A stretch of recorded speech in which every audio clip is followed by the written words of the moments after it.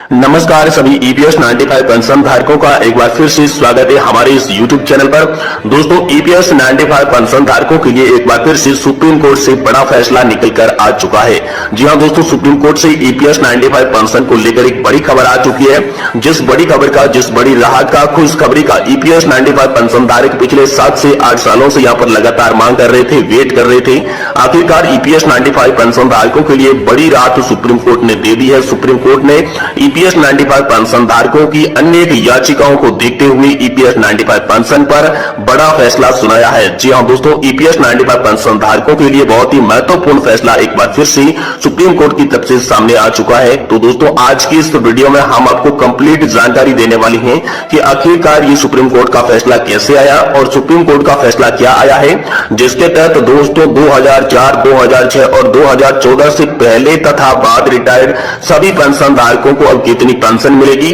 साथ ही साथ यहाँ पर 7,500, 8,500 और 9,000 रुपए प्लस डीए की पेंशन को लेकर भी बड़ी खबर सामने आ चुकी है। तो दोस्तों संपूर्ण जानकारी विस्तार से इस वीडियो में आपको बताने वाले हैं, इसलिए अगर आप दोस्तों ईपीएस 95 पेंशन धारक है तो दोस्तों आप इस वीडियो को लास्ट तक जरूर देखें। अगर आप ईपीएस 95 पेंशन धारक नहीं है तो दोस्तों आप अभी से इस वीडियो को स्किप करके छोड़ के चले जाइए, क्योंकि ये वीडियो विशेष ईपीएस 95 पेंशन धारकों के लिए बनाया गया है। अगर आप राज्य कर्मचारी है, सरकारी कर्मचारी है तो दोस्तों आप सभी की पेंशन बढ़ोतरी को लेकर बड़ी खबर सामने आ चुकी है, जिसमें एक बार फिर से 4 नवंबर 2022 के बाद सुप्रीम कोर्ट ने एक बड़ा फैसला दिया है। तो दोस्तों आखिर सुप्रीम कोर्ट का क्या फैसला है, इससे पेंशन धारकों को कितने बड़े लाभ मिलेंगे, क्या क्या फायदा होने वाला है, पेंशन के अंदर कितनी बढ़ोतरी की गई है, साथ ही दोस्तों ये पेंशन की जो बढ़ोतरी है ये आप सभी के लिए कब से लागू की जाएगी, साथ ही साथ दोस्तों सरकार और ईपीएफओ की तरफ से हाल फिलहाल में जो सर्कुलर जारी किया गया था उस सर्कुलर को लागू करने के लिए यहाँ पर डेट भी जारी कर दी है। तो कौन सी डेट से ये सर्कुलर आप सभी के लिए लागू होगा,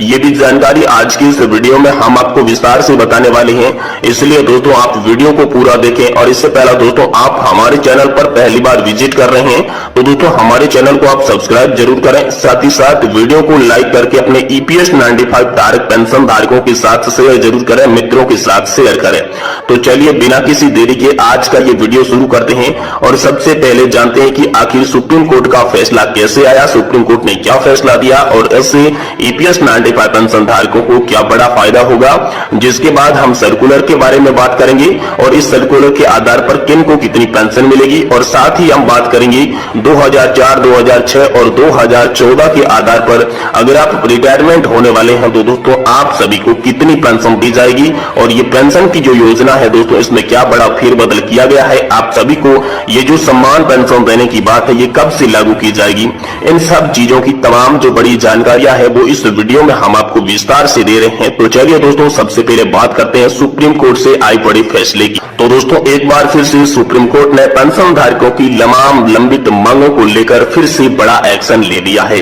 क्योंकि दोस्तों सुप्रीम कोर्ट में एक बार फिर से ईपीएस 95 पेंशन धारकों के द्वारा लगातार यहाँ पर 40 याचिकाएं दर्ज की गई थी, जिस पर यहाँ पर सुनवाई की गई और इसी सुनवाई के बीच एक बार फिर से 7 याचिकाएं यहाँ पर दर्ज हो चुकी है, यानी कि कुल मिलाकर 47 यहाँ पर याचिकाएं, 47 याचिकाएं सुप्रीम कोर्ट के अंदर आ चुकी थी। और इसी को देखते हुए सुप्रीम कोर्ट ने जब पहले 40 याचिकाएं दर्ज हुई थी तब यहाँ पर 3 जजों की बेंच का गठन का आदेश दे दिया था, यानी कि 3 जजों की बेंच के द्वारा ईपीएस 95 पेंशन धारकों के मामले को एक बार फिर से चलाया गया, फिर से खोला गया, जिसमें 3 जजों की बेंच मुख्य न्यायाधीश justice U U Lalit, justice Aniruddha Bose और जस्टिस सुधांशु धूलिया की पीठ ने एक बार फिर से आप सभी की ईपीएस 95 पेंशन धारकों की मांगों को लेकर सुप्रीम कोर्ट के अंदर फिर से फैसला खोला, यहाँ पर फैसला चलाया गया। तो दोस्तों आखिरकार क्या फैसला निकल कर आया, चलिए आपको बताते हैं। देखिए दोस्तों अगर आप 2004 या फिर 2006 से पहले और बाद के जो रिटायर्ड पेंशन धारक है उनके लिए यह विशेषकर समान रूप से सम्मान पेंशन देने का आदेश यहाँ पर जारी हो चुका है,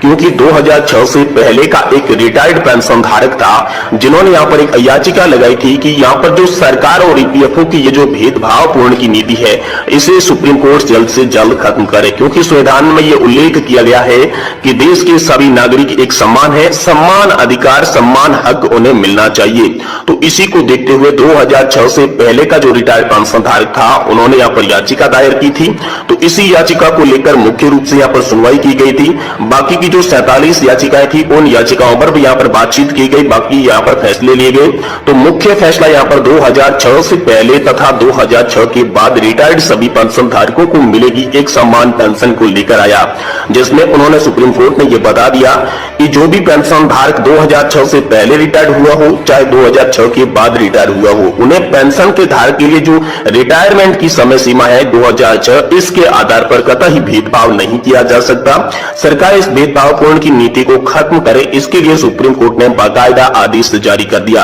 अब आप सभी को समान पेंशन मिलेगी। वहीं दोस्तों आप सभी की पेंशन बढ़ोतरी की मांग 7,500, 8,500 और कुछ लोगों की मांग थी कि 9,000 रुपए प्लस डीए की पेंशन सभी पेंशन धारकों को मुहैया कराई जाए। तो इसको लेकर भी यहाँ पर सुप्रीम कोर्ट के अंदर बड़ा मामला चला था। तो उस मामले पर यहाँ पर सुप्रीम कोर्ट ने अपना रुख साफ कर दिया है। तो आखिर सुप्रीम कोर्ट ने क्या रुख साफ किया है और हाल फिलहाल में जारी हुआ ईपीएफओ और सरकार का संयुक्त रूप से जो सर्कुलर था, उस सर्कुलर के अंदर आपकी पेंशन का जो वितरण बताया गया था, आखिर वो वितरण कब से लागू किया जाएगा, किन पेंशन धारकों को फायदा मिलेगा। तो चलिए इसके बारे में आपको विस्तार से बताते हैं। देखिए सबसे पहले बात करते हैं 7,500 प्लस डीए की। तो दोस्तों 7,500 प्लस डीए उन लोगों को दिया जाएगा जिन्होंने एक्चुअल बेसिक सैलरी की लिमिट जो 15,000 रुपए की थी, जी हां दोस्तों 15,000 रुपए की जो सीलिंग थी, उस सीलिंग के आधार पर अगर किसी भी व्यक्ति ने कंट्रीब्यूशन दिया है और उनका कंट्रीब्यूशन दोस्तों उनके सेवा का सर्विस का जो वर्ष होना चाहिए वो दोस्तों 30 से 35 साल के बीच में होना चाहिए। यानी 30 से 35 साल के बीच में जिन भी कर्मचारी ने यहाँ पर सर्विस की है, सेवा दी है, ईपीएफओ के अंदर अंशदान किया है, उन सभी को यहाँ पर 7,500 प्लस डीए की पेंशन दी जाएगी। साथ ही साथ मुफ्त में चिकित्सा सुविधा पति और पत्नी दोनों को दी जाएगी। इसके लिए भारत सरकार ने आयुष्मान भारत योजना और चिरंजीवी योजना जैसी योजना चला रखी है। तो एक बार फिर से इनमें संशोधन करके उन सभी को ये लाभ मिलेंगे। वहीं दोस्तों बात करते हैं कि 8,500 रुपए पेंशन किन लोगों को दी जाएगी। तो दोस्तों 8,500 रुपए पेंशन उन लोगों को दी जाएगी जिनका यहाँ पर जो सर्विस है, सेवा है, वो दोस्तों 35 साल से अधिक है। दोस्तों 35 साल से अधिक बहुत कम लोगों का सेवा और सर्विस है, लेकिन जिन भी लोगों ने यहाँ पर 35 साल से अधिक का योगदान किया है, ईपीएफओ के अंदर कंट्रीब्यूशन दिया है, उन सभी को यहाँ पर 8,500 प्लस डीए की पेंशन मुहैया कराई जाएगी। ऐसा सरकार की तरफ से आदेश आया है। वहीं दोस्तों 9,000 रुपए की पेंशन उन लोगों को दी जाएगी जिन्होंने यहाँ पर रिटायरमेंट के बाद या रिटायरमेंट से पहले जो कंट्रीब्यूशन दिया था वो एवरेज कंट्रीब्यूशन 15,000 रुपए की सैलरी लिमिट से अधिक का था। यानी कि जो सैलरी लिमिट 15,000 रुपए रखी गई थी उससे ज्यादा का अगर किसी भी पेंशन धारक ने यह कंट्रीब्यूशन किया है तो दोस्तों उन्हें यहाँ पर 9,000 रुपए की मिनिमम पेंशन दी जाएगी। अधिकतम पेंशन उसकी कुछ भी हो सकती है, वो उनकी सेवा, उसकी वेतन और उसकी गणना के आधार पर की जाएगी, लेकिन उन्हें मिनिमम जो सबसे कम पेंशन है वो 9,000 रुपए प्रति माह दी जाएगी। ऐसा आदेश जारी किया गया था। और साथ ही 9,000 से अधिक पेंशन उन लोगों को मिलेगी जिनका वेतन यहाँ पर अधिक है। जैसे कि मान लो अगर आपका वेतन 25,000 रुपए है तो दोस्तों यहाँ पर नए सर्कुलर के मुताबिक आप सभी को 12,500 रुपए की पेंशन दी जाएगी। लेकिन 12,500 रुपए की पेंशन पाने के लिए आपको कंट्रीब्यूशन जो है वो 15,000 रुपए की बेसिक सैलरी लिमिट के आधार पर न करके आपकी जो एक्चुअल सैलरी 25,000 रुपए है उसके आधार पर किया है तो ही दोस्तों आपको मिलेगी। वहीं दोस्तों 50,000 जिसका वेतन है उन्हें यहाँ पर 25,000 रुपए की पेंशन दी जाएगी। और जिनका वेतन 75,000 रुपए, हालांकि बहुत कम लोगों का 75,000 रुपए का वेतन है, लेकिन जिनका भी वेतन 75,000 रुपए है उन सभी पेंशन धारकों को उनके वेतन की 50% यानी कि दोस्तों 37,500 रुपए की पेंशन मुहैया कराई जाएगी। लेकिन ये जो पेंशन का सर्कुलर है ये दोस्तों आने वाले समय में लागू किया जाएगा। अभी दोस्तों हाल फिलहाल में सितंबर तक का समय सरकार के पास है। सितंबर तक सरकार ने सिर्फ ये खबर जारी की है,